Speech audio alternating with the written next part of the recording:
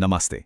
आज बात करते हैं आईटी की दुनिया के एक बहुत ही ज़रूरी टॉपिक पर, एंटरप्राइज स्टोरेज। देखिए, चाहे कोई इस फील्ड में अभी-अभी आया हो या फिर एक अनुभवी प्रो, ये समझना कि डेटा को कहाँ और कैसे स्टोर करना है, ये तो सबसे ज़रूरी चीज़ है। अच्छा, तो सोचिए आपके सामने ये सिचुएशन आती है। एक एप्लीकेशन टीम को एक नए हाई ट्रांजैक्शन डेटाबेस के लिए स्टोरेज चाहिए। अब आप क्या सलाह देंगे? ये एक क्लासिक सवाल है और इसके दो मेन रास्ते हैं, NAS और SAN।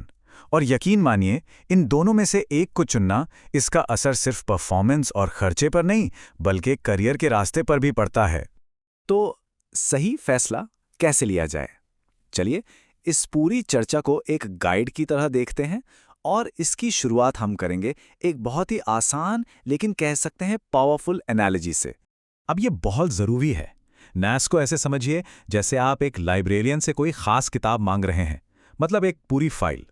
और SAN ऐसा है जैसे आपको एक खाली गोदाम का पूरा एक सेक्शन दे दिया गया हो, यानी ब्लॉक्स, और कहा गया हो कि अब इसे आप खुद ऑर्गेनाइज करें। डेटा कैसे रिक्वेस्ट किया जाता है और कैसे मैनेज होता है, ये जो फंडामेंटल फर्क है ना, बस इसी को पकड़ लीजिए। सच कहूं तो NAS और SAN के बीच के बाकी सारे अंतरों की जड़ यही है। चलिए, अब जरा इस एनालॉजी के पीछे की टेक्नोलॉजी को समझते हैं। देखते हैं कि ये जो फाइल्स और ब्लॉक्स का कॉन्सेप्ट है, वो असल में परफॉर्मेंस और मैनेजमेंट को कैसे सीधे-सीधे प्रभावित करता है।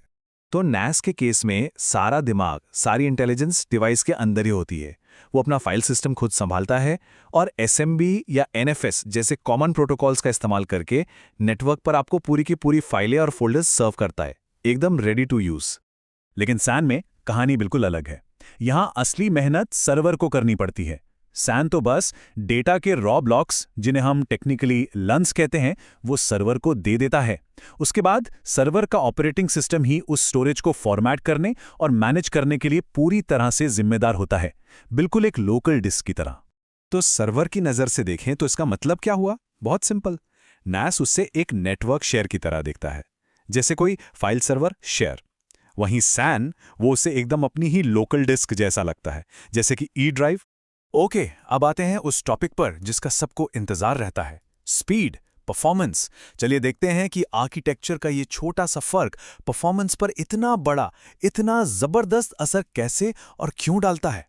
असली खेल तो यहीं होता है। देखिए, SAN अक्सर एक स्पेशल नेटवर्क का इस्तेमाल करता है, जैसे कि फाइबर चैनल। इसे डेटा के लिए बना एक प्राइवेट सुपरफास्ट हाईवे समझिए, जहां कोई ट्रैफिक नहीं है। दूसरी तरफ NAS, वो उसी रेगुलर ईथरनेट नेटवर्क पे चलता है जिस पर आपका बाकी सारा ट्रैफिक, ईमेल, इंटरनेट सब कुछ चलता है। मतलब एक पब्लिक रोड की तरह, जहां जाम भी लग सकता है। और ये सिर्फ कहने की बातें नहीं हैं। जब हम रियल वर्ल्ड के नंबर्स देखते हैं तो ये फर्क साफ साफ दिखाई देता है, खासकर जब बहुत सारा डेटा एक साथ मूव करना हो। जैसे यहाँ एक बेंचमार्क कहता है 64G FC initial copy operations में 25G ISCSA के मुकाबले लगभग 2 गुना थ्रूपुट देता है, मतलब डबल स्पीड।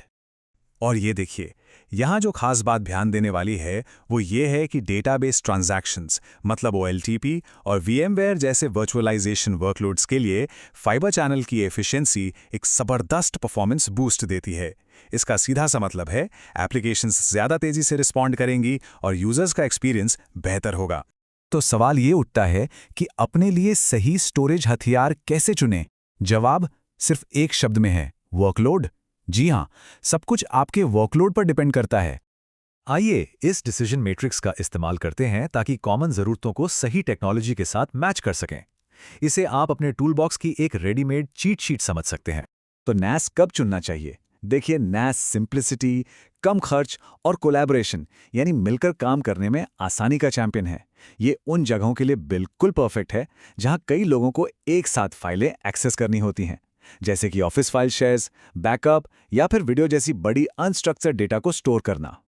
और SAN, जब बात हाई परफॉर्मेंस की आती है तो SAN एक रेस कार के इंजन जैसा है, जो मिशन क्रिटिकल डेटाबेसेस हैं जैसे SQL या Oracle या फिर बड़ी-बड़ी ई-कॉमर्स साइट्स। ऐसी कोई भी एप्लीकेशन जहां स्पीड और रिलायबिलिटी पर कोई समझौता नहीं किया जा सकता, वहां SAN ही बेस्ट ऑप्शन है।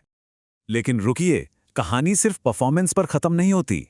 पैसा यानी बजट भी तो एक बहुत बड़ा फैक्टर है। और यहाँ हम सिर्फ खरीदने की कीमत की बात नहीं कर रहे, बल्कि टोटल कॉस्ट ऑफ ओनरशिप यानी TCO की बात कर रहे हैं। आइए देखते हैं कि ये दोनों टेक्नोलॉजीज जेब पर कितना भारी पड़ती हैं। और ये नंबर चौंकाने वाला है।